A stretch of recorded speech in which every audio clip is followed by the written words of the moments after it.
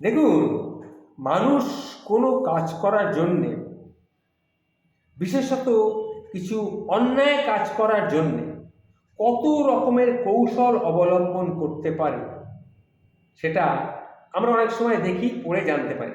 কিন্তু আজকে আমি যে কৌশলটার কথা আপনাকে বলবো, এটা মনে হয় আপনি আগে কোনো দিন শোনেননি। শুনুন তাহলে।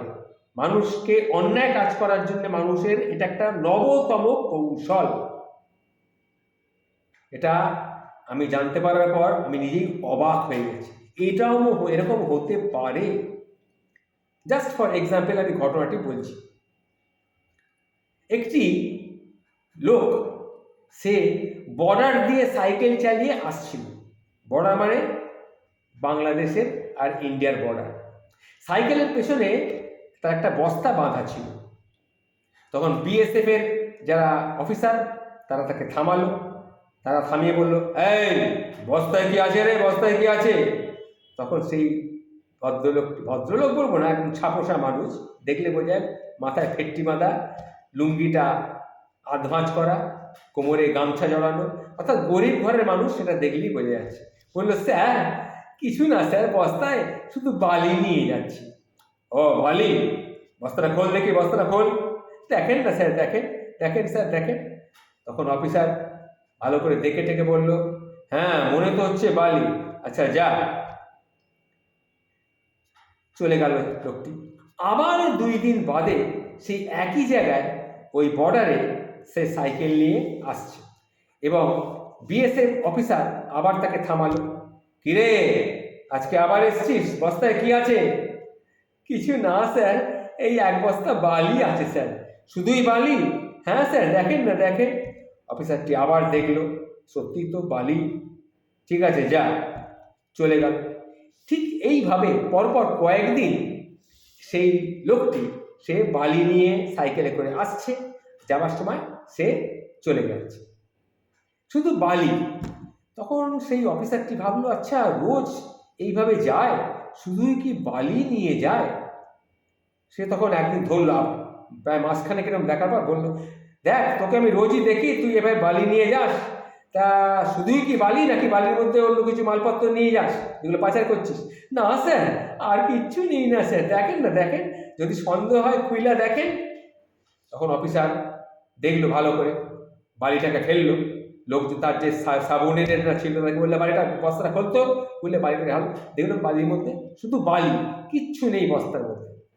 সে তখন, দেখলেন তো স্যার, আমি কইছিলাম না খালি বালি, দেখলেন তো, দেখেন।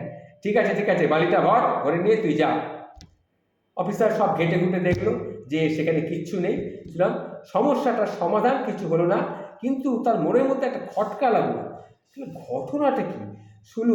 তখন সে করলো কি, ওই বালির থেকে কিছুটা নিয়ে সে ল্যাবে পরীক্ষার জন্য পাঠালো। কারণ বলা যায় না, বালির মধ্যে হয়তো সোনাদানা কিছু গুঁড়ো গুঁড়ো হয়তো মেশানো থাকতে পারে। কিন্তু কোনো লাভ হলো না। ল্যাব থেকে কোনো রিপোর্ট এলো যে না, শুধুই বালিই রয়েছে। এইভাবে সাইকেল সহ বালি দেখতে দেখতে রোজই দেখেন বেশ কিছু দিন কেটে গেল। কিছুতেই সেই অফিসার আর তাকে কোনো রকমভাবে সন্দেহ করতে পারছে না, কিন্তু আর মন থেকে খটকাটাও যাচ্ছে না। আবার অনেকদিন পর সে এইভাবেই চলছে। যাই হোক, এরপরে আর কোনো বেশ কিছুদিন ধরে সেই লোকটাকে আর সে দেখতে পাচ্ছে না।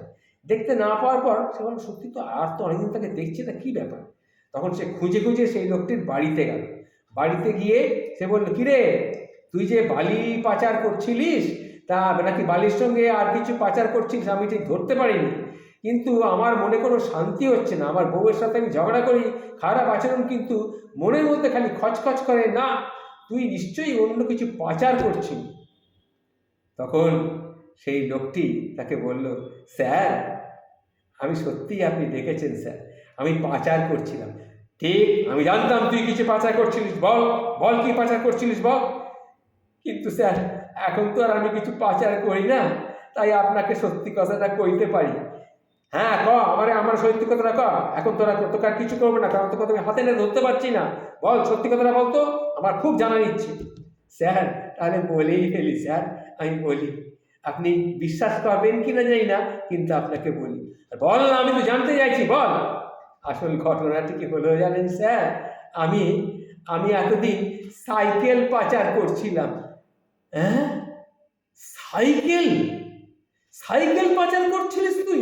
হ্যাঁ স্যার, আমি রোজ একটা করে সাইকেল ইন্ডিয়া থেকে নিয়ে গিয়ে বাংলাদেশে পাঠিয়ে দিতাম, আর বাংলাদেশ থেকে একটা সাইকেল নিয়ে এখানে আসতাম। আপনারা কেউ বুঝতে পারতেন না। ইন্ডিয়ার সাইকেল বাংলাদেশে অনেক দাম, আর বাংলাদেশের সাইকেলটা এখানে কেজি দরে বিনা পয়সায় পেতাম, প্রায় বিনা পয়সায় সেখানে বিক্রি করে দিয়ে চলে আসতাম। তাই বুঝতে পারছেন স্যার? এ কথা শুনে সেই অফিসারটি বেহুশ হয়ে যাবার মতো অবস্থা। বলে, তোর তো এত বুদ্ধি, আমি তো ভাবতে পারিনি।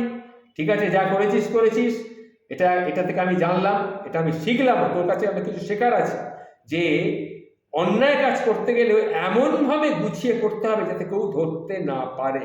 তোর মাথায় যে বুদ্ধি আছে এটা ঠিক, কিন্তু তোর এই যে বুদ্ধিটা, এই বুদ্ধিটা তুই তো ভালো কাজেও লাগাতে পারতিস। এত বুদ্ধি, তুই লেখাপড়া শিখতিস তাহলে খুব উন্নতি করতে পারতিস। যাই হোক, তোর এখন বয়স হয়ে গেছে, লেখাপড়া শেখার সময় নেই, কিন্তু তোর বুদ্ধিটাকে তুই ভালো কাজে লাগা, দেখবি জীবনে এখনো উন্নতি করার সময় তোর আছে। এই বলে ভদ্র সেই অফিসার তার ঘরে গেছিলেন। সে তাকে চা করে খাওয়ালো, তার বউ তাকে চা করে খাওয়ালো, চায়ের সঙ্গে বিস্কুট খাওয়ালো। এবং ভদ্রলোক আস্তে আস্তে, সেই বিএসএফ অফিসার ভাবতে লাগলেন, সত্যি আমাকে এই মূর্খ মানুষটা এইভাবে বোকা বানালো, তাহলে কি আমারও শিক্ষার অনেক কিছু বাকি, আজকে নতুন কিছু শিখলাম। তাহলে এই যে ঘটনাটি বললাম, এই ঘটনাটি থেকে কিন্তু আপনারাও কিছু শিখলেন, নতুন কিছু শিখলেন। নমস্কার, ভালো থাকবেন।